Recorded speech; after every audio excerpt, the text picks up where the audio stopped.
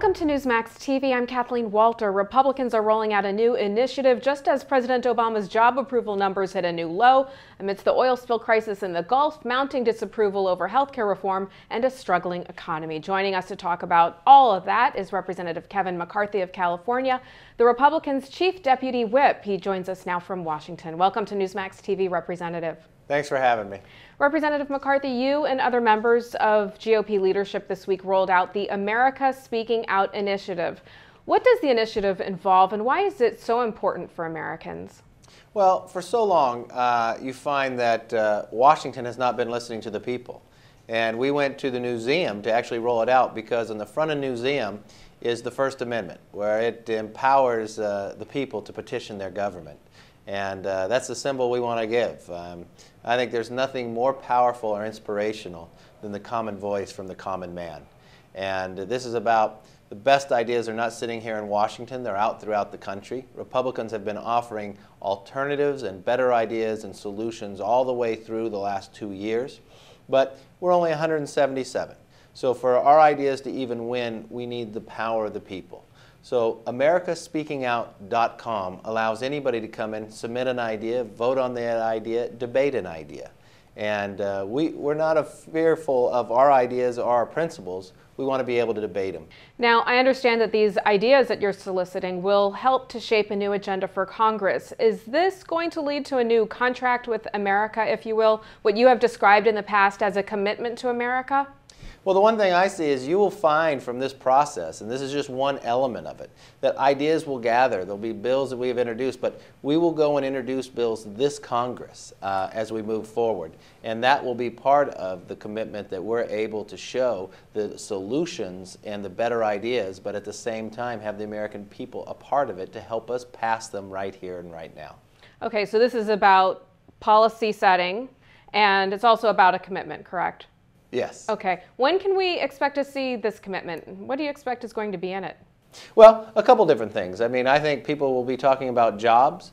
They'll be talking about the spending and the debt that we have. Be talking about national security. I'm sure all those will be part of, as we move forward, how to solve the problems. Okay. How do folks learn more about America Speaking Out?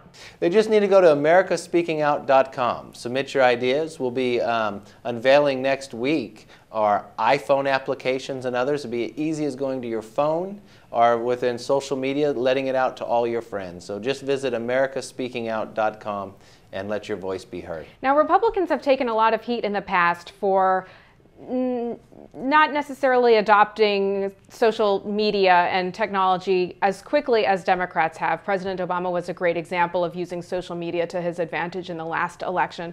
Are things changing for Republicans?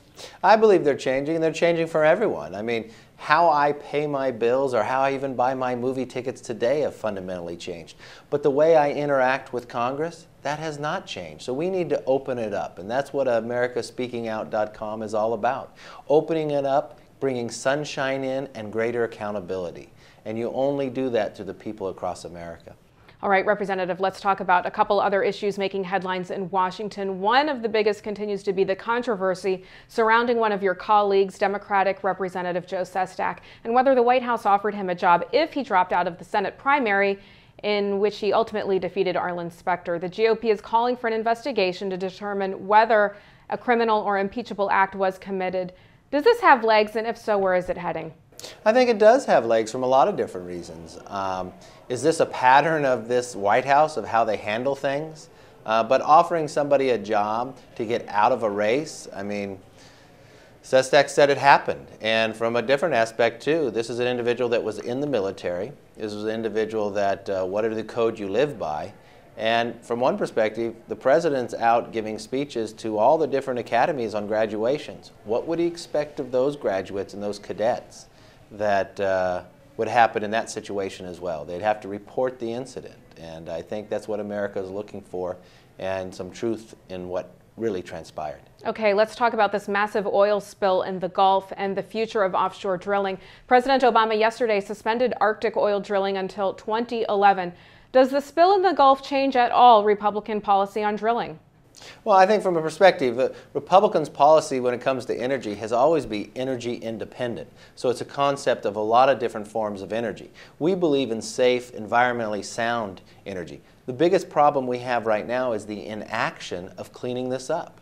You look at Bobby Jindal down there. I'll give you a personal example. Steve Scalise, which is his district right there at the tip of going through, they have been trying to work many people there to have the booms and the other protect before the oil gets there. They have sent letters, called the White House, and he called to talk to the president just last Thursday. He gets a call back on Friday from a representative of the White House who told him the president was too busy to talk. He said, you know, I accept the president's busy. It's now been 6 days. I've seen the president go golfing, and I've seen the president fly out to California for a fundraiser. And the crisis is right now, and what can we do to solve it? And many of the decisions have to be made so they can come in and even protect themselves. The answer here is, how is this going about cleaning this up, and how are we protecting before it gets into those marshes or gets into the Mississippi? How would you describe the president's response? Lackluster, unacceptable? I mean, what adjectives would you use? And do you agree with those who say that this is Obama's Katrina? Very well could be Obama's Katrina, by showing from the last 30-some days of inaction. And it's not my words. Take Carville, who lives down there, who is a Democratic consultant and very believer of Obama, saying they're about to die to get down here. The frustration you hear and see from the faces of those who living in the area who want to be able to protect themselves but are being held back by lack of regulation. I mean, from the regulation, but lack of action from this White House. And to just take the action to not even call back the congressional member who represents the area, and it's been 6 days, when he wants to talk about finding ways to solve the problem, that's unacceptable. Okay, let's get back to Republicans on offshore drilling. What's the Republicans' message going to be moving forward? Is this going to be a tough sell down the road? Well, I think you have to look and make sure what went wrong and how do you make sure you protect that it does not happen again. How do we able to become energy independent? If we say no more offshore oil or take back within the drilling, do we not still buy that oil from somewhere else that is actually being drilled someplace else? Is it safer over there? And is our dollar leaving? We have to have a real discussion to make sure it is safe and environmentally sound, capable way of doing it. With technology today, we need to have all hands on deck. 1, to stop this leakage. 2, to make sure it cleans up and make sure it never gets repeated again. Okay, another big story right now, immigration. Some states are talking about enacting laws similar to Arizona's immigration law. California has a large illegal immigrant problem. You represent the state, a district in California. Do you think California should adopt a similar law? Well, you look at the federal government not acting. So it's put upon the states. And when you look at what transpired in Arizona, whereas the #1 kidnap capital in the United States happens to be Phoenix. You look at the action of the federal government of where they put the walls and where they did not to siphon and direct individuals in there. And because just like if you equate from Louisiana asking the federal government to help and the inaction of the federal government, it shows that something has to happen. 1, we have to be able to reform the ability of individuals to come here legally. 2, we have to be able to protect our borders. And 3, we have to be able to have a sound system where an individual can come in for work purposes and actually have the teeth to be able to ensure they leave as well. So you have the capability for the labor when it comes to farming and others. I think that's doable. And that doesn't mean amnesty, but I believe that's doable. All right, our last question is on the economy. The Bush tax cuts are set to expire at the end of this year, which would mean a massive tax increase for most Americans in the middle of a recession. Martin Feldstein, Reagan's economic advisor, has said it could ruin any chance of an economic recovery if we don't renew those. Are you aware of any efforts underway in Congress if they're not renewed? Not by the majority. The majority wants them to fade away, which is a vote for tax increases. And the difficulty here is we have a weak economy. To take more out of it and then look at the actions that they are transpiring right now from the extender vote, increasing taxes on 1, business creation. That is the wrong direction that we need. We need to encourage capital to invest in small businesses where 70% of all jobs are created.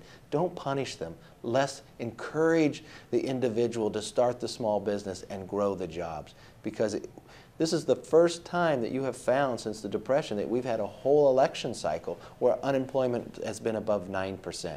We should be focusing on jobs, not just naming post offices. All right, Representative Kevin McCarthy of California, thanks so much for joining us. Thanks for having me. And thank you for watching Newsmax TV.